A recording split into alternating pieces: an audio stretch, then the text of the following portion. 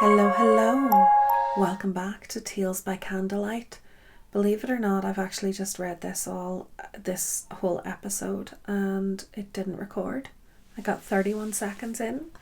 So I I was so excited at the end of it that I wanted to just move on to the next episode, but of course that was not to be. So we need to start over. So I'm going to get stuck right in. This is chapter 11. I woke up to my alarm blaring. I felt around to shut off my phone, and my hand hit a familiar porcelain texture. I sat up and grabbed it, my eyes crusty and blurry as I opened them. I was holding my porcelain jewellery box. The one that sat on my nightstand at home. I was back in Kentucky. I sprang up and immediately ran around. My house sat exactly as I'd left it, the old floors groaning under my feet, the walls bare where my photos had once hung, the smell of rain lingering after the storm, windows cracked just enough to let it drift in. I'd never moved to Alaska. I hadn't packed up my life and left just yet. None of it had happened. The cold, the woods, the cabin, it was just a bad dream. One of those two real nightmares that fades as the morning light creeps in. I moved through the house in a haze of relief, my hands brushing over the counters, the couch cushions, the chipped paint on the door frame, the weight I'd been carrying, the hollow panic buried in my chest. It was gone. I immediately unpacked the boxes that sat in my living room, each item sliding neatly back into place like they'd never left. The coffee mugs I loved back in their proper spot, my favourite sweatshirt crumpled at the foot of the bed. I even called the landlord. "Decided to stay?" he asked, casual. "Yeah," I said, my voice almost giddy. It just wasn't the right move. I called my parents next. They were relieved, voices warm and normal. I told them I was staying put, and they promised to come later this week to help me unpack. They were ecstatic. Later I laced up my old running shoes, the soles worn from miles of familiar sidewalks, and stepped outside. The sky was overcast, the air heavy but not cold.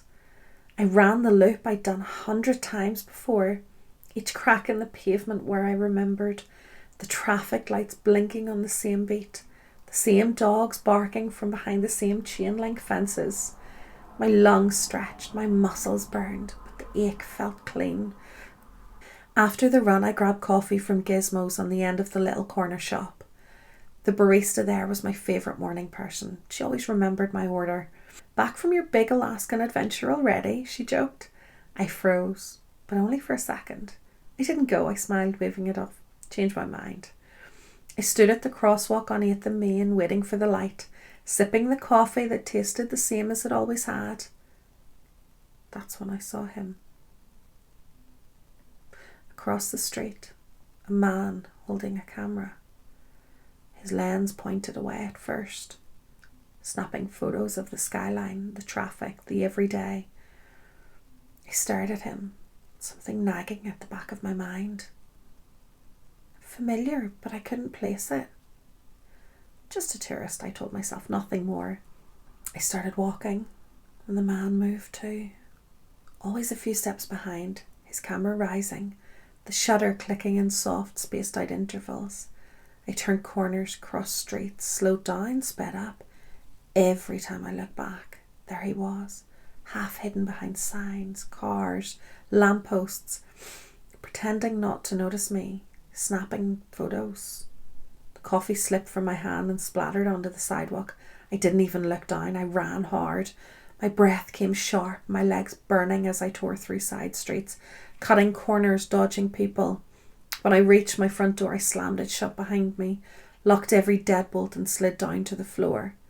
My head dropped into my hands, heart still racing, lungs begging for air. The silence was suffocating.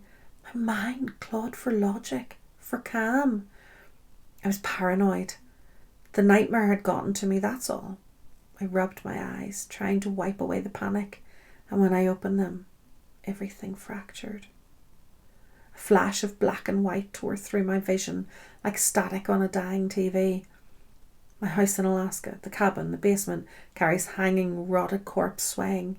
Sam sitting by the fire, his eyes locked on mine. that smile curling his lips under that damned mask.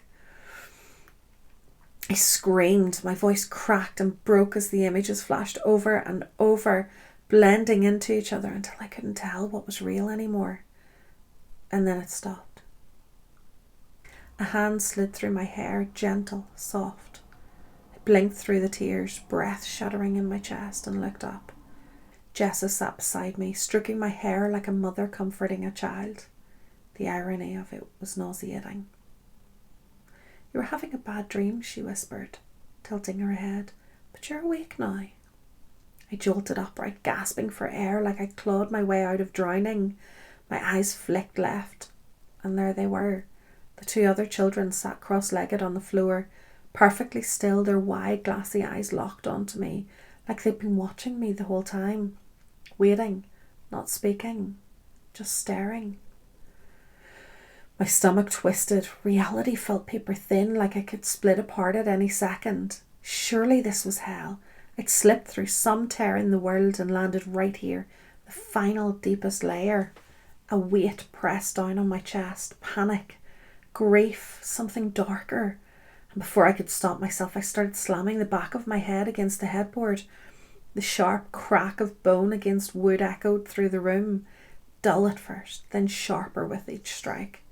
Maybe this will lead me back up the wide and broad path to the straight and narrow.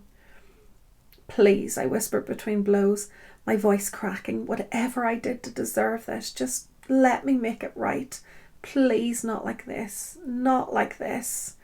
Over and over the words spilled out, desperate and useless, until I didn't know if I was saying it out loud or in my head.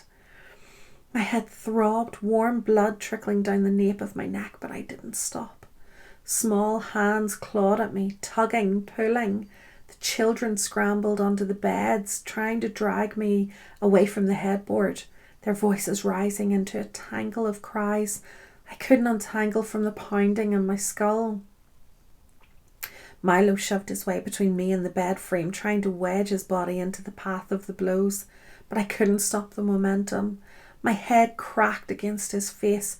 The sound wasn't what I expected.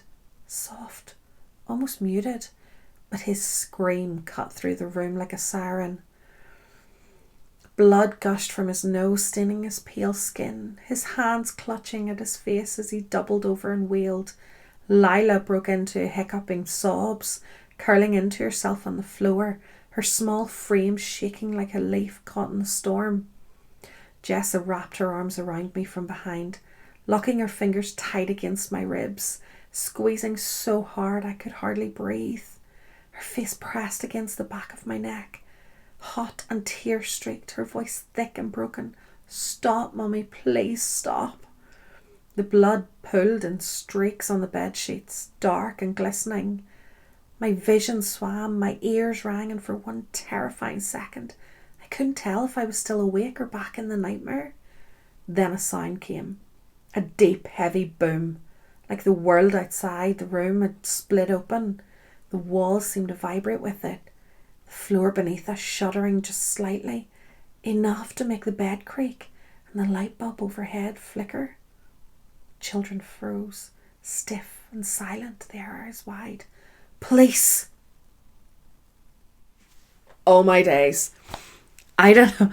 I know I've just read that for the second time, and I'm just checking that one recorded. But oh my word. Yeah, we're not stopping there. I'm going to move on to the next one because, oh my goodness. It is after 11. I'm going to try and get a couple more of these done because this is so dang good. So we're going to start on number 12 now. I don't even know how I'm going to have the time to edit all of these, but they definitely can't go up unedited. Anyway, guys, you know the drill. Like this video, subscribe, hit the bell for notifications, and go follow Brotato Chip 411. And I will see you next time. Bye bye.